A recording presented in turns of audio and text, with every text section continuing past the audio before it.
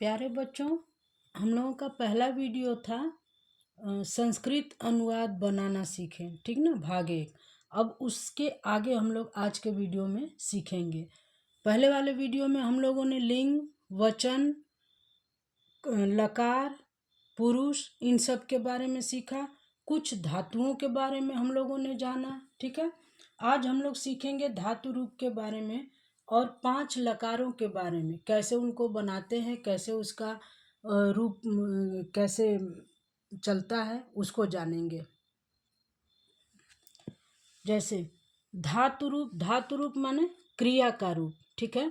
क्रिया का रूप जिस सारणी के अनुसार चलता है उसको पद कहा जाता है। पद संस्कृत में 3 होते हैं: परस्मय पद, आत्मनेय पद और उभय पद। परस्मय पद की सारणी में पठति, पठत, पठन्ति की तरह रूप चलता है।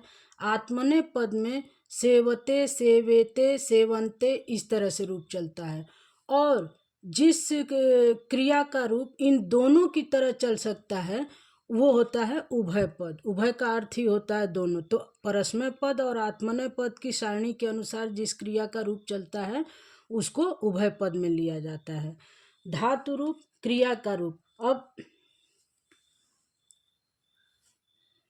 जैसे परस्मय पद में कुछ मूल धातुएं हैं, क्रियाएं हैं, जिसको हम लोग देखेंगे। जैसे पठ, पढ़ना, भू, इसका क्रिया में रूप बनाते समय हम लोग शब्द लेते हैं भव। भव माने होना। गम, गम को शब्द क्रिया रूप बनाते समय गच्छ, गच्छ माने जाना। पा, इसको लिखेंगे पीब, पीना। नम, नम माने झुकना या प्रणाम करना, किसी को नमस्कार करना।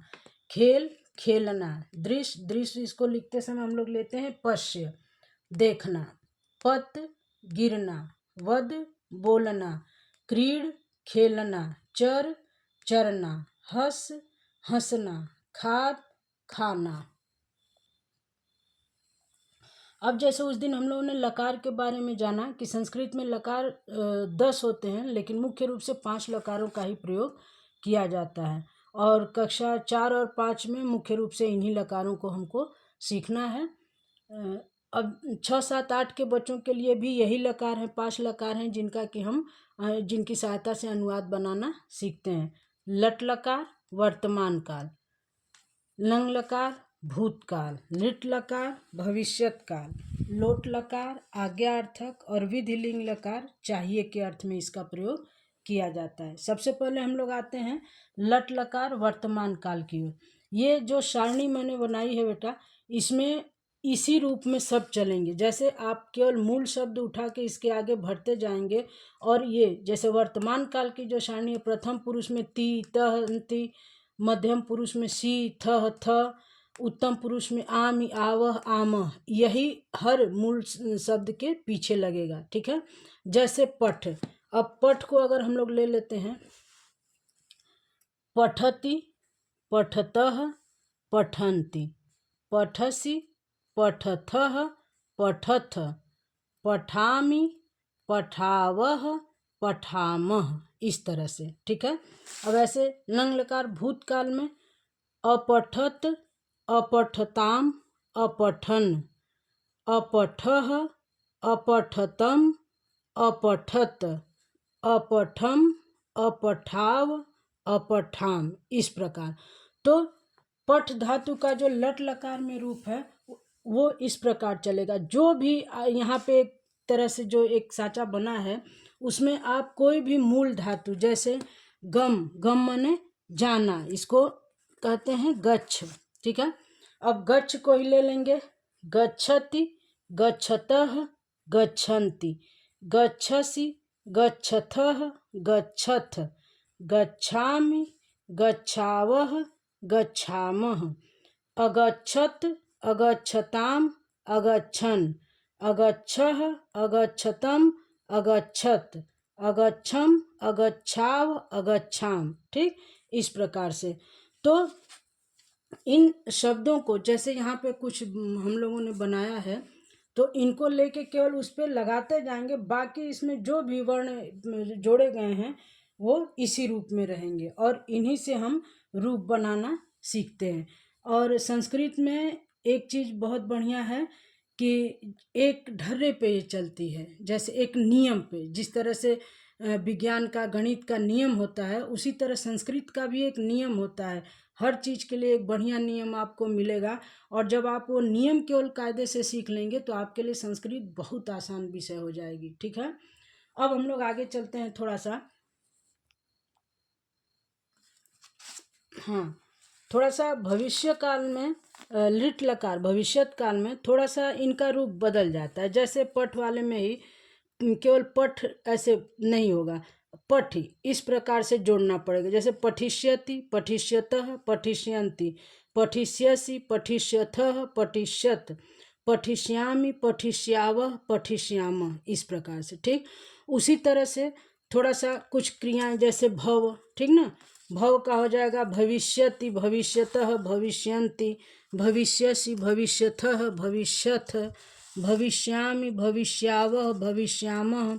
उसी प्रकार जैसे एक धातु है पश्य, पश्य माने देखना, तो इसका थोड़ा सा अलग बन जाता है। जैसे दृश्य, दृश्य जो शब्द है उसी का द्रक्ष होके रूप चलता है।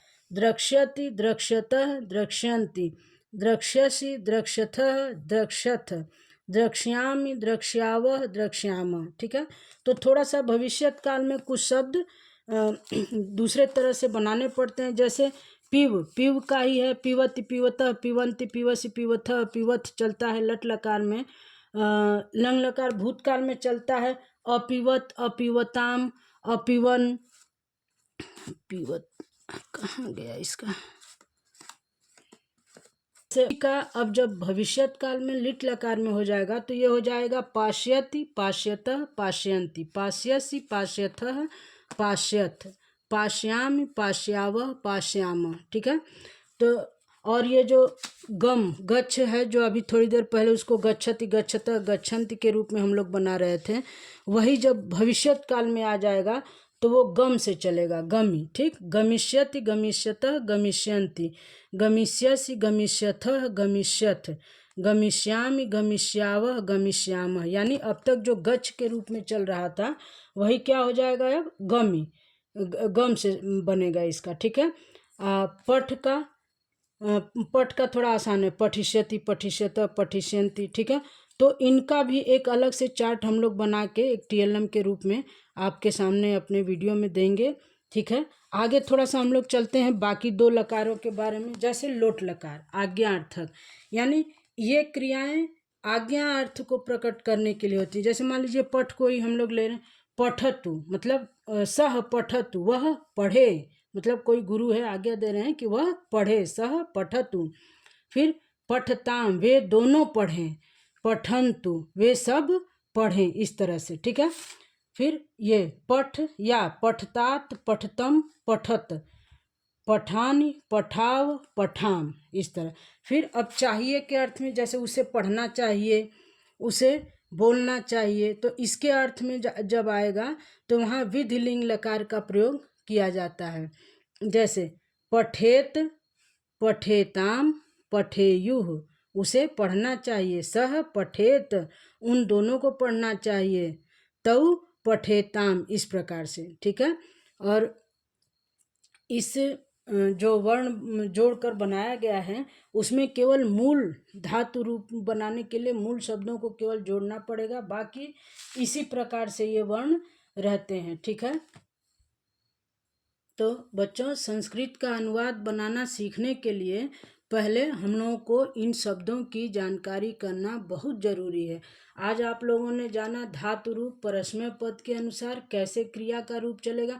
हाँ, एक चीज़ और आप ध्यान देंगे कि संस्कृत में क्रिया जो है वो लिंग के अनुसार परिवर्तित नहीं होती है। ठीक है, वो पुल्लिंग, स्त्रीलिंग, नपुंसक लिंग सबके लिए क्रिया जो है वो एक ही रूप में चलेगी, तीनों के लिए। तो वहाँ लिंग के अनुसार क्रिया में परिवर्तन नहीं होता है, क्रिया अपने इसी रूप में रहती है तीनों लिंगों के लिए।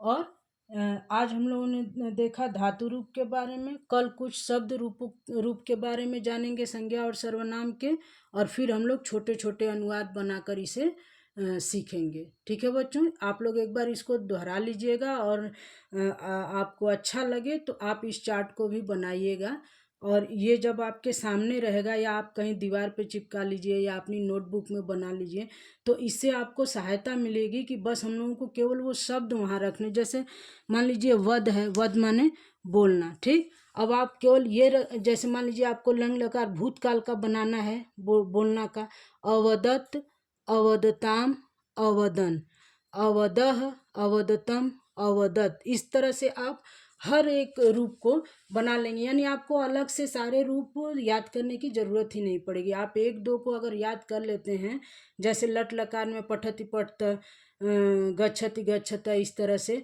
तो आपको लगभग सारे रूप याद हो जाएंगे। बस आपको ये याद रखना है कि मतलब कौन कौन से शब्द इसमें विशेष रूप से आएंगे। ठीक है बच्चों, बहुत बहुत धन्यवाद आप लोगों का।